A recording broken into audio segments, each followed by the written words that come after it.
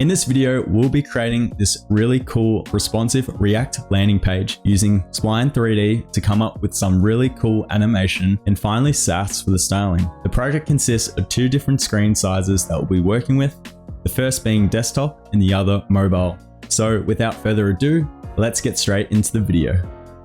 Before we get into the video, and once you've installed React, there's a couple of things that you're going to need.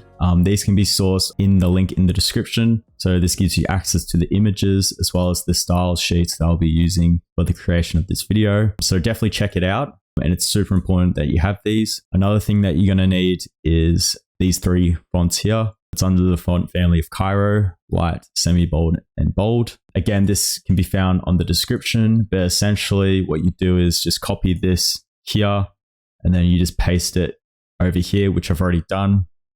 But if you get the files in the link in the description, you won't have to worry about this. Once you've got all the images required, as well as the different styling sheets that we're going to be using, then we can get straight into the three plugins that you're going to need. So the first one is SASS. So in order to install SASS, just type in npm install SASS.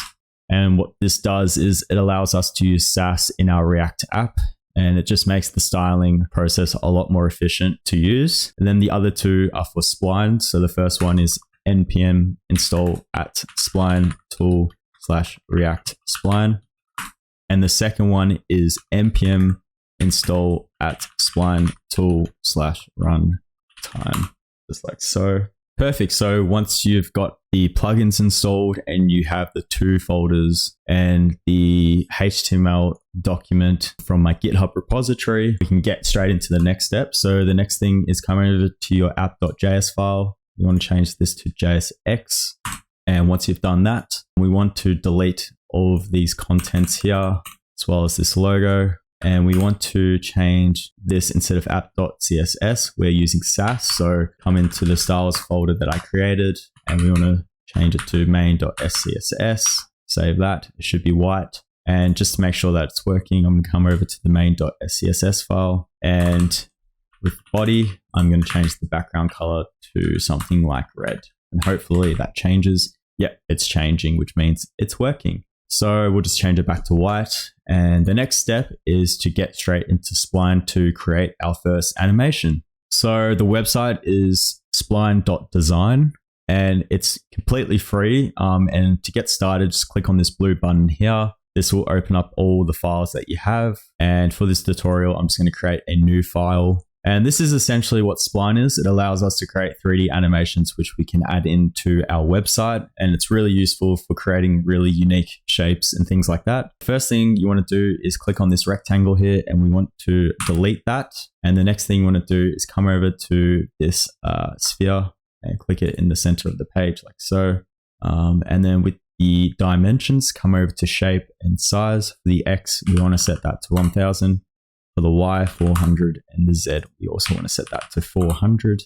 Once you've done that, the next thing we want to do is to change the background color. So just click off that, and in background color up here, we want to change it to the color code set to FCEFED, hit enter. Perfect. So the next thing we want to do is to come over to the plus sign here, and we want to add in depth like so.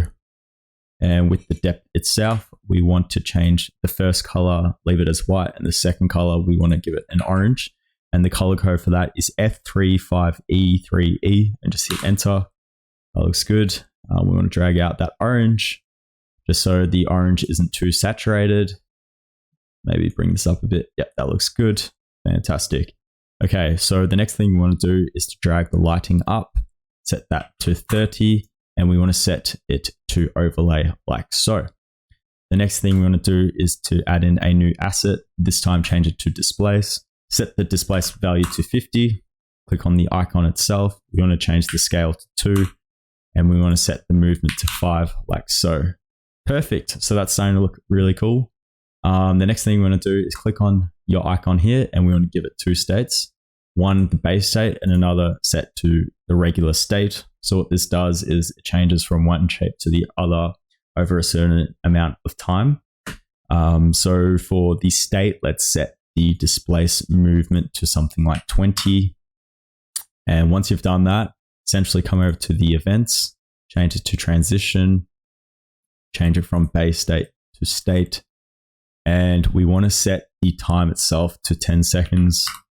We also want to set the loop to infinite at ping pong, like so. That's starting to loop good. And then what we want to do is to zoom in on the shape that we created. Make sure that the line itself is roughly halfway on the screen.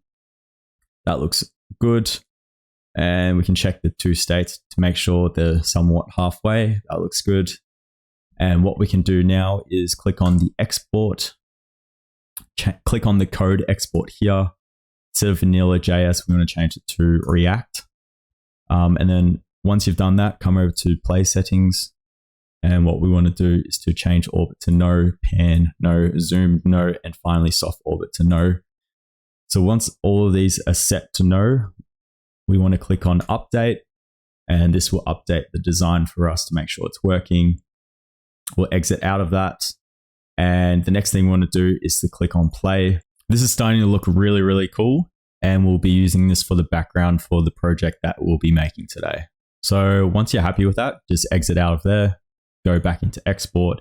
And the first thing we want to do is come over to here where it says import spline, copy this line up here. We'll just copy that first line and we'll go straight back into the code editor underneath here. Just paste it into there, save that. And then the other one that we want to copy is this one here, the spline scene. So we'll just copy that line as well. And we'll go straight back into the code editor, paste that. I'm just going to change this to word wrap so it's easier to read. And what we can do now is we can check out to see how that is looking. And there it is. We can actually see the animation appear on our page. To fix this so that it is completely visible on the entire page, regardless of what size it is, what we can do is go into our main.scss file. First thing we're going to do is to set the margin for the body to 0. We also want to set the padding to 0 and our font family set to font family. If you're wondering about this $sign, just come over to the styles, which again can be sourced off the link in the description. I have this file created called variables, and this just makes the process of creating and building apps a lot more efficient. And what I've done is I've created a variable for font family, for example, the one that we're using is set to Cairo, which again was sourced off Google Fonts here. And this again is pasted into the public HTML file, which is this one here. And essentially what this does is it allows us to bring in variables as many times as we want into the file here, and it just makes it a lot cleaner to work with. And then once you've done that, the next thing we want to do is change the canvas itself. So the canvas is this spline scene here. We want to set the position to absolute, set the top to 0 so that it's fixed to the top. We want to set the width to 100 vertical width. And we also want to set the height to 100 vertical height. And then once you've done that, we also want to set the Z index to -1 so that it's behind everything else that we add later on.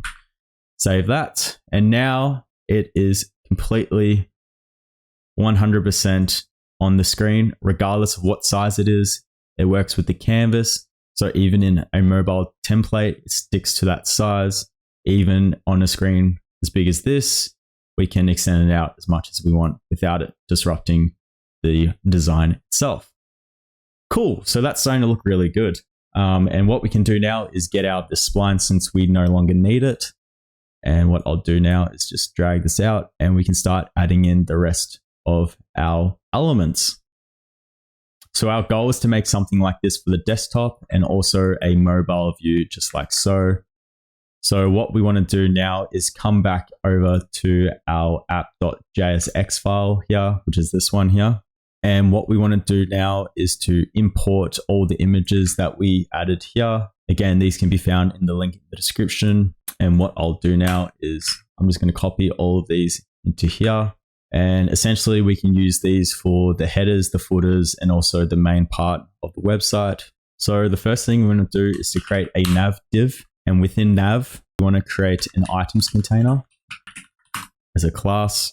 And within items container, we want to have a logo class, and we want to add in the image itself, set to logo, which is imported from here.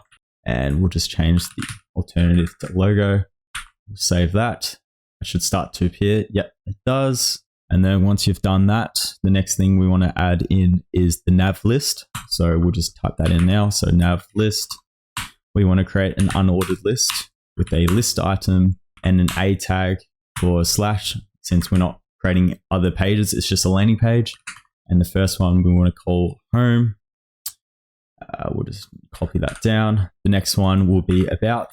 The third one will be projects. And the final one will be contact.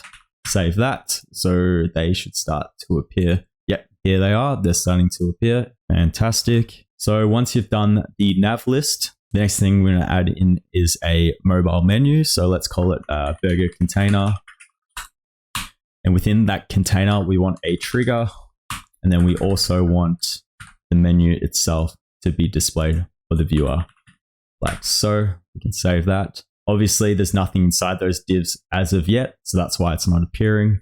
And once you've done that, the next thing, minimize the nav and add in the section, which will be the main part in the center here, which is this cool little card that I created. So within section, we want to add in a class of contents.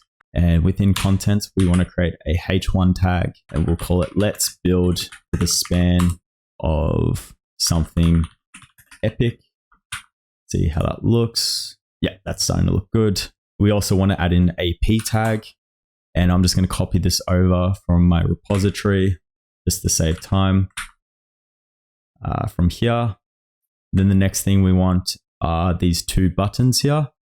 So in order to do that, we want to come underneath the contents, and we want to add in a new class called buttons, and we want to give it two buttons. So we'll call it button.1 for the class of 1, and we want to call it get started. And then we want to do the exact same thing, but for 2, and we want to call it our story, like so. So now we should have 2 buttons appearing. Yep, we sure do. Fantastic. So that's the section finished. I'll just open this up in case if there's anything else you're missing. So underneath the section, the last thing we want to add in is the footer. So we'll just add in the footer now. We want to add in a class of contents. And within contents, we want to add in an unordered list with a list item and an A tag with, again, a href of slash, since we're just doing a landing page. And within that, we want to add in an image. And since I've already sourced them up here, the first one would be Instagram. So we can just copy that, come down here and put in Instagram, change that to Instagram, like so, save that. So hopefully that's appearing. Yeah, that's starting to appear. And just do the exact same thing, but change it to LinkedIn. So LinkedIn, and the final one is Facebook. So Facebook and Facebook.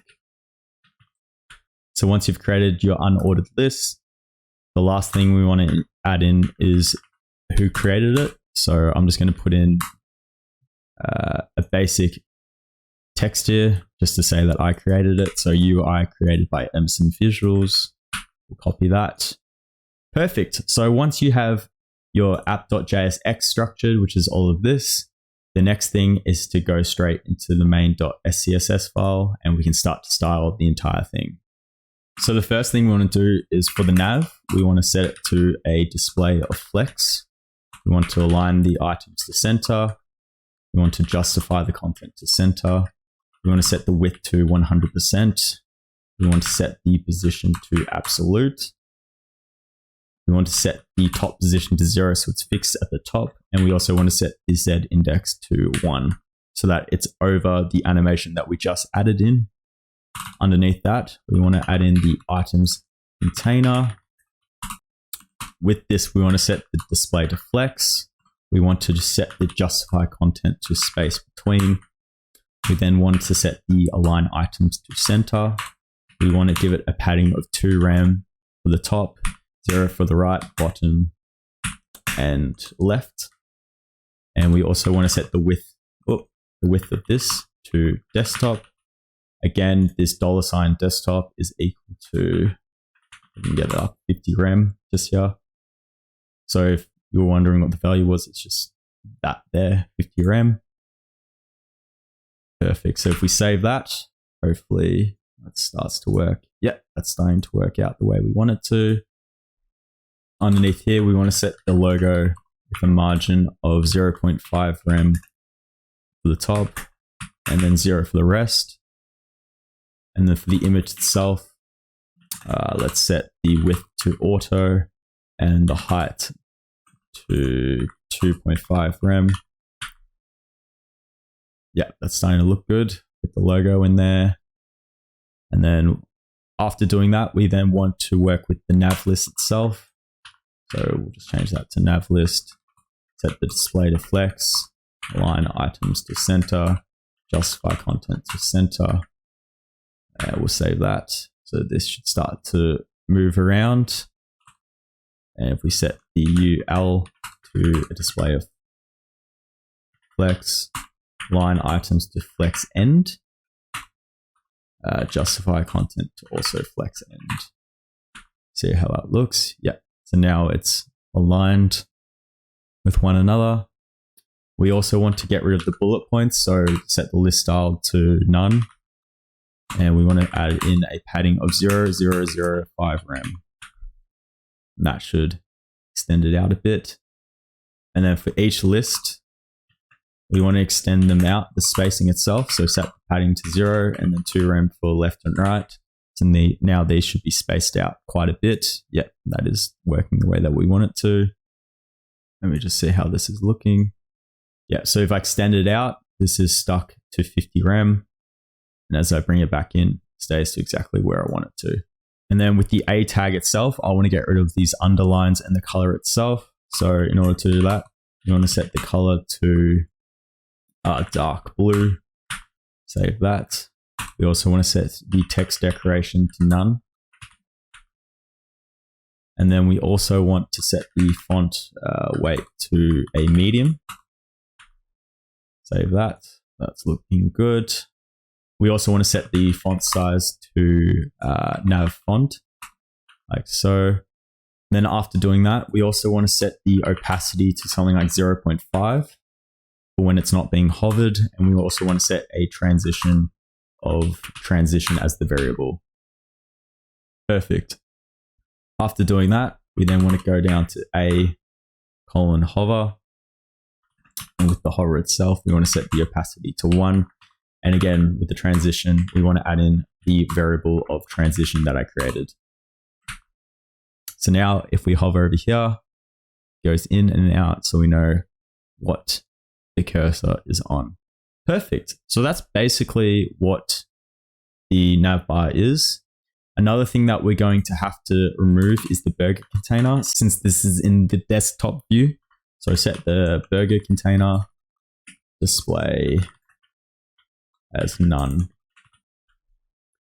Perfect. So that is the navbar complete. So I'm just going to close that up. Next one we're going to work with is the section, which is this middle card here. So with section, we want to set the display to flex, align items to center, justify content to center, so everything's centered. We want to set the width to 100%, the margin to 10 rem for the top, and for the right, bottom, and left to 0. Save that. So now that should be pushed out of the way. We've got our nav bar here with the card in the center. That's starting to look really good. Might just fix this up for you guys. Yep, there we go. Underneath here with the items container that we created, we're going to set the width to the variable of desktop that I created, set the display to flex, align items to center, justify content to center. I'm going to set the flex direction itself to column as opposed to row. We're going to set the text align to center. We also want to set a background color of white. I'm going to set the border radius to the value of border radius that I created. And finally, we also want to add in a glass background. So if I save this, there seems to be a problem. Yes, that's why, because I didn't wrap this into an items container. So I'm going to quickly do that now. So items container, grab the buttons and contents, copy that and paste that inside of that parent. And now that should work. Let's see how it looks. Yeah, so now everything's centered in the way that we want it to work. So we come back into the variables that I created. I've got this glass mix-in that I made. So essentially this acts as like a glass effect for the background. So in order to include this, or you can manually type this all in if you want, I'm going to copy this glass mix-in here and type in @include glass. And now what will happen is it will create this really cool glass effect that now if we extend this down, we can just see the background of the animation that we made. And that's starting to look really, really nice. Perfect. So after doing that, the next thing we want to do is to work with the contents class that we created. You want to set the padding to 3 rem, 1.5 rem for the right, 1.5 rem for the bottom, and also 1.5 rem for the left side. So if we save that, that sort of extends it out a bit more. For the H1 tag, we want to set the font size to the variable of header font that I created.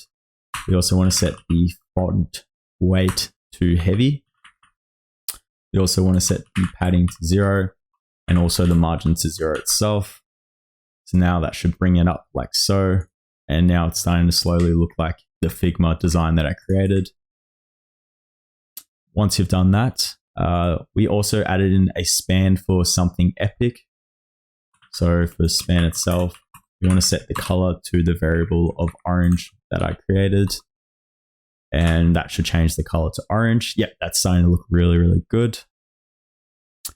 And finally, for the P tag itself, I want to set the margin of 0 and padding also to 0 with a font size of the variable of P font that I created. Awesome, that's starting to look really, really good and very similar to the design that I made. The final thing that we're going to be working on for this section is the buttons themselves.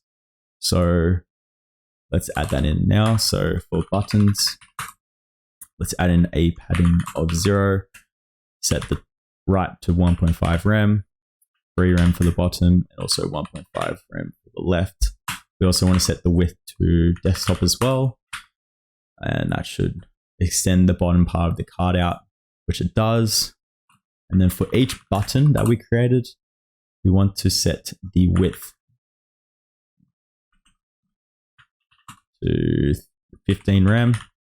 We want to set the padding to 1.5 rem for the top and bottom, and also 0 for the left and right. We also want to set the font size to P font that we created before in the variables. And we also want to set the font weight to light, which again is sourced from the variables in here. So if we save that, that should change the buttons to the size that we want. Yeah, that's starting to look really good. And now we want to target each individual button themselves. So if we go button.1 for the class that we created, let's set the first one to have a background of dark blue. And we also want to give it a color of white for the text. We also want to give it a border of border radius, which is part of the variables that I made. We also want to give it a border itself of button border. We also want to give it a cursor of pointer, so we know that the cursor is on top of the button.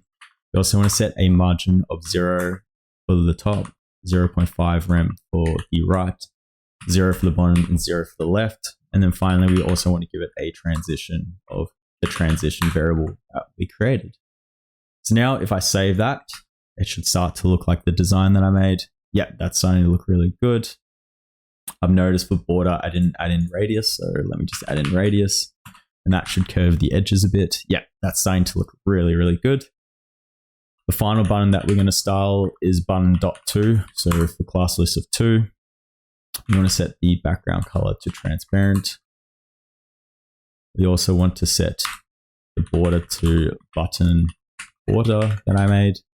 We also want to set the border radius to border radius for buttons. We also want to set a cursor for pointer, give it a margin so that it has a 0.5 rem for the left. And finally, we want to also give it a transition of the value of transition. That's starting to look really good. The final thing that we're going to be working with for the desktop view is the footer. So we'll just type in footer. Let's set the display of flex, align items to center, justify content to center. We also want to set the flex direction to row instead of column. And then we also want to set the width to 100%. And then for the child itself, which is wrapped around all the contents, so this class of contents. And if we go back into our footer, the contents here, we want to set the display of flex. We want to align items to center, justify content to space between. We also want to set the width to a desktop width. And we also want the padding for the top to be 6 rem, 0 for the right, bottom, and left. Save that. So hopefully that should be working the way that we want it to. Yeah, that's starting to look really nice. We then want to work with the logos that we created here. So for the unordered list, let's set the display of flex, align items to center, justify content to center, set the list style to none. We also want to add in a padding of 0 as well as a margin of 0. So now they're all aligned. And to space it out a bit more, for each list item, we want to give it a padding of 0.3 rem for the left and right. We'll save that. That's looking really good. And then for each A tag, we want to set the text declaration to none. In this case, since it's an image, we don't really have to worry, but I'll just put it in for the sake of it. Fantastic. That's looking really, really good. So the next thing after contents is the creator itself. So within contents, I'm going to add in a class of creator. And for the P tag, I'm just going to give it a font size of, let's do something like P font, which is the variable that we created. Perfect. So that's starting to look really good. So what we have now is this responsive desktop design that we created and this really cool animation for the background. The next step is to work on the mobile view. So what I might do is to bring this back in like so, maybe make it about that size. I drag this out a bit. Yeah, that's looking good. So in order to start working with the mobile design, what you want to do is type in @media screen. And we want to give it a max width of something like 825 pixels. So anything under 825 pixels will result to these changes made here. So for the nav itself, let's do something like for each, or for within the items container, you want to again set the width to 100%. As opposed to what the desktop width was, we want to set the padding to 2 rem for the top, 2 rem for the right, 0 for the bottom, and 2 rem for the left. Save that. So now we can see the logo. And again, we're going to have to work with a burger menu. So we'll start to play around with that in a second. So underneath that, we want to work with the nav list, set the display of flex, align items to the center, justify content to center. We want to set the position this time to absolute. And then we want to set the top value to 0. So it's fixed to the top. Set a padding of 0. Again, the margin of 0.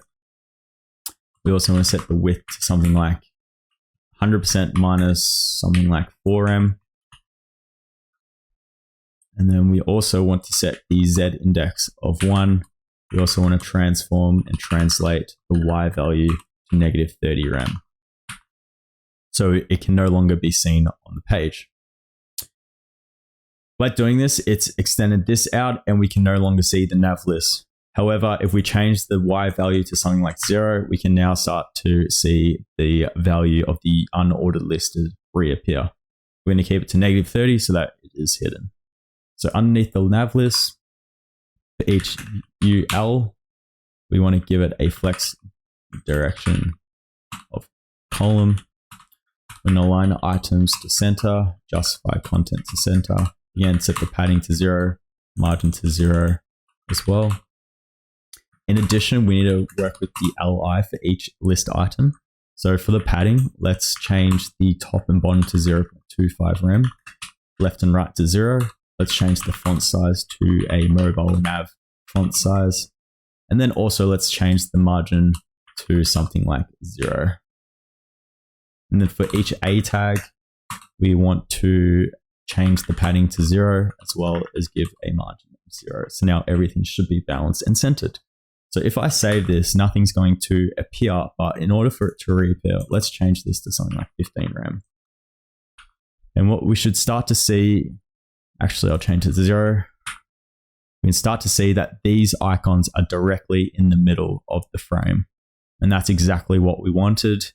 So when we click on the burger menu, this will appear. But for this case, since we're giving it so that the burger menu is closed, we'll give it a negative value of 30 rem so that it is no longer visible.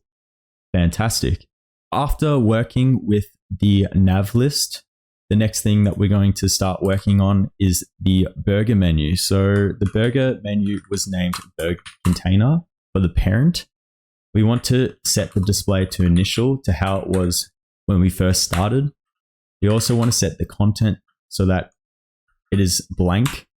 We also want to set the width to 30 pixels and a height value of 30 pixels. And we want to set the position to something like relative. Save that. Within that burger container, there's going to be two different childs that we're working with. The first one will be the burger trigger. We want to give it a content of nothing. We're going to give it a width of 30 pixels, a height of also giving it 30 pixels. We want to give it a background color of transparent. We also want to set the Z index to 2. So this is the actual element that we'll click on in order for the menu to change. We also want to set the opacity to something like 0.5 perhaps. Instead of transparent, actually, let's give it a background of red just so we can clearly see it. I'll set the opacity to 1 actually. I changed my mind. Set the position to absolute. And then we also want to give it a cursor of pointer. So now if we say that, this red square should appear right here. And this is what will be the trigger for the burger menu. So if we extend it out, it stays exactly where we want it to. And that's exactly what we were trying to achieve. So let's change the opacity to something like 0.25 so we can just see it. And that way it'll allow us to actually see the burger menu that we will be creating. So for the burger menu, set the content to nothing. For the width itself, set it to 30 pixels. The height, we want to set it to 4 pixels. For the background color, we want to give it a dark blue color as part of the variable that I created. For the Z index, we want it underneath this trigger. So instead of having value over 2, we want it something underneath that. So we'll do something like 1, so it's just underneath. So now when we put our cursor over the burger container, the burger trigger is the first one to have the hierarchy of being clicked on. And we can start to see the stroke appearing, which means it's working. So what we want to do with that is we want to set the position to absolute. We want to set the top with a calculation of 30 pixels, which is the width, divided by 2. And then we also want to minus 2.5 pixels so that it is somewhat in the center. Yep, so that is somewhat in the center, and that's exactly what we're looking for.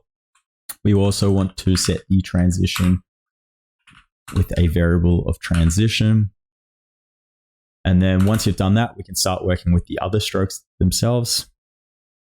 And before I do that, I also might give it a border radius of something like border radius as part of the variables that I created. Okay, so with the other strokes, what we want to do is the burger menu, double colon and call it after. Again, give it content of nothing, width of 30 pixels, so the same width value. And then the height itself, we just want to give it 4 pixels. After that, again, give it a border radius of the value that we had here. So I'm just going to copy that and paste it into there. Save that. We also want to set a background color of dark blue, so the same color that we used before. Set the position as well to absolute. We also want to transform the positioning of it. So translate Y to a value of 0.6 rem, like so. So that should go upwards. Sorry, my bad, downwards. So by doing this, it will place the stroke underneath the existing one that we have here.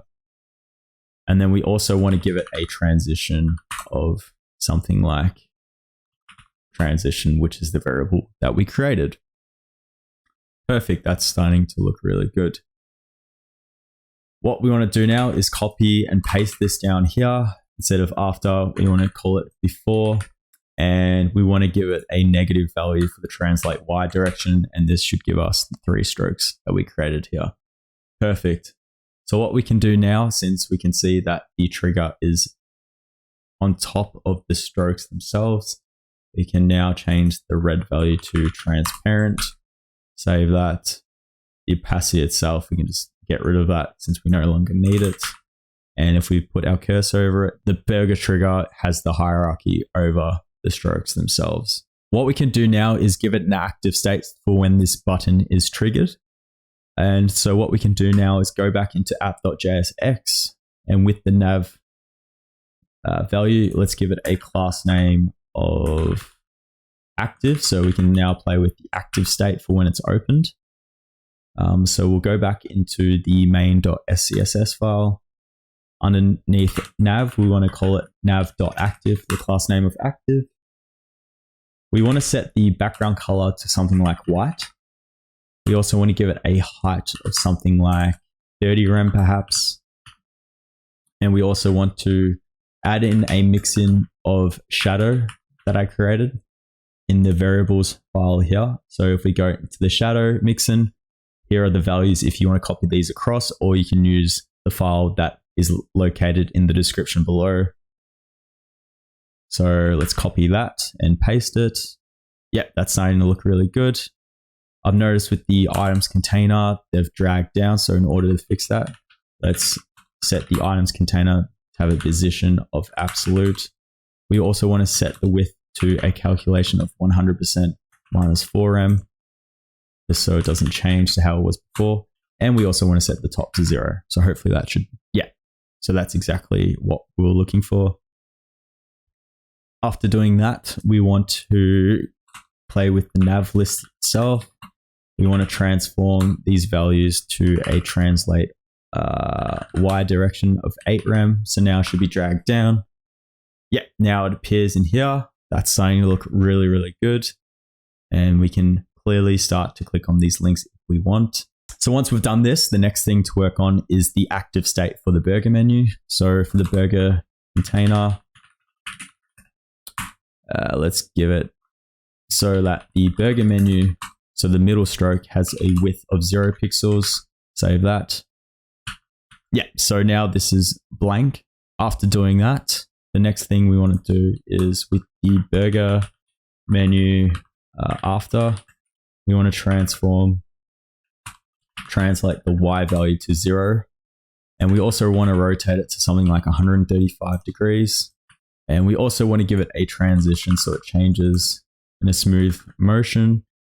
So we'll give it the variable of transition that I created. And then we'll also do one for before. And we want to set the rotation to negative 135 degrees. So if we save that, for some reason that's not working. It's because I spelt these wrong. So if we save that, yeah. So now that's how it's starting to look. And that looks really, really cool. So what I might do now is go back into the App.jsx file and just give it a blank class list so it goes back to what we had before. Perfect.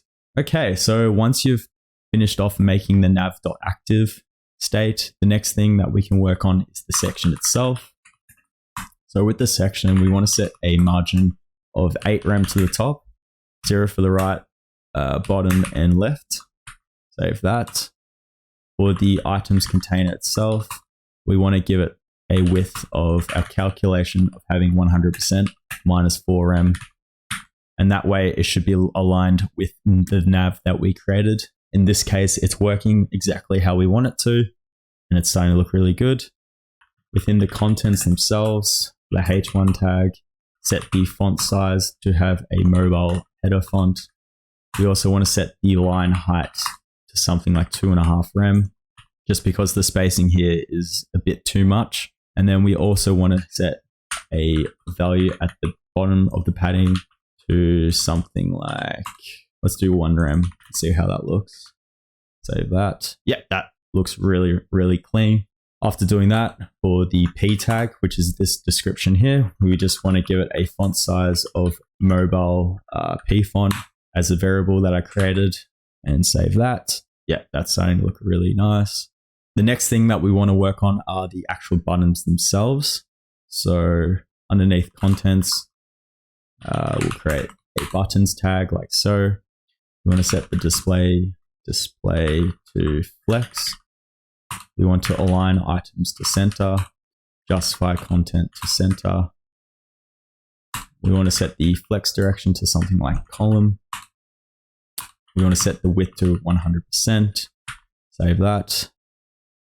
Yeah, that's starting to look really good. I want these to extend outwards and make sure it's aligned with this roughly. So in order to do that,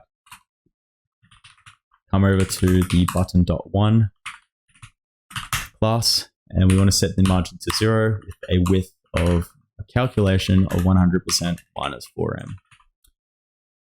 And then for button 2, again, we'll do the same thing, set the margin to 1 rem for the top. And then we also want to give it a 0 for right, bottom, and left. And again, give it the exact same width that we gave button 1, so 100% minus 4m. And that should start to look like the design that we gave it. The last thing that we're going to be working on is the footer itself. So for the footer, let's set the contents for the footer to have a padding of 3 rem for the top, 2 rem for the right, 0 for the bottom, and 2 rem for the left. See how that looks. Yep, so now it's aligned with this that we created. After doing that, I've noticed that the social media links are probably slightly too big. As you can see, as I extend it further, it sort of disrupts this and doesn't look like how I want it to. So to fix that, we'll type in socials, unordered list for each LI, for each list item rather, and set the padding to 0 for the top and bottom, and then 0.1 rem for the left and right, like so. Save that. And then for each A tag and for the image, we want to give a width of something like, let's do 90%, and the height, we'll just set it to auto. And then finally, the last thing that we're going to be working on is the creator class, which is this this statement here, the P tag. So just go creator, the P tag itself, set the font size to have a mobile P font like so. If we save that, that should make it slightly smaller.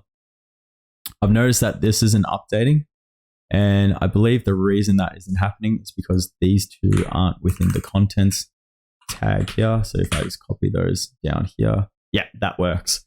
So now our P tag has shrunk and our images here as the icons have also gotten smaller. So now we have a responsive desktop view.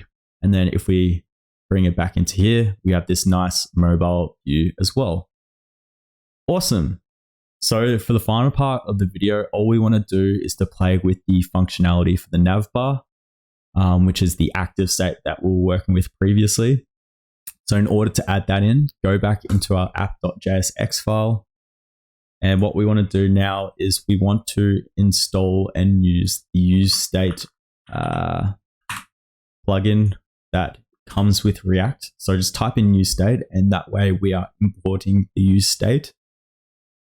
So the first thing we want to do is to create a constant for the toggle menu. So let's call it toggle menu as the first variable. And then for the function itself, let's call it set toggle menu. And we'll give toggle menu a value whilst using use state to be true. So what this does is if we console log the value of toggle menu like so, and if I extend this out, and if I hit F12, go into the console, we can see the value here is set to true. And if we change it back here to false, for example, this should change to false. Yeah, so it's changed to false. So essentially the way this works is whatever value this is, we can play around so that we can start to mimic and toggle certain events to occur within the XML that we created as part of the App.jsx file. Perfect, so that's starting to look really good. I'll just delete that console.log. And I'll just get out of here as well. Drag this back to the mobile menu. All right, cool. So what we have is a constant of toggle menu set to true, and we're using the useState hook in order for this to work the way that we want it to. So once you've got your variables and you've set toggle menu to true as a useState, the next thing we want to do is to create a function. So let's set it to something like handle toggle menu. And we want to equal it to an arrow function. So within that arrow function, we want to grab the function that we created here from the constant, which is set toggle menu. So I'm just going to copy and paste that. Inside the parentheses, we want to give it, type in toggle menu with an exclamation mark at the start. What this essentially means and what this does is whenever this is fired, this function here is fired, we want the value of toggle menu, which is set to true, to be the opposite. So in this case, if this is fired, this value will be changed to false. And if it's fired a second time, it will go back to what it was previously being true. So if we go into here and create a curly braces statement. So for example, if toggle menu is the same as true, which it is in this case, then we want to give it a value of nothing. Otherwise, if it's false, using a colon, then we want to change the value to active. So what this line of code essentially means is if the use state of this value is set to true, it will retain no class and just be blank. However, if this is changed to false, the class name of the nav will be changed to active. So now if I save this, this is what occurs. We have this active state of the nav being used. So let's change it back to true. And now we can start to apply the same thing to the burger trigger.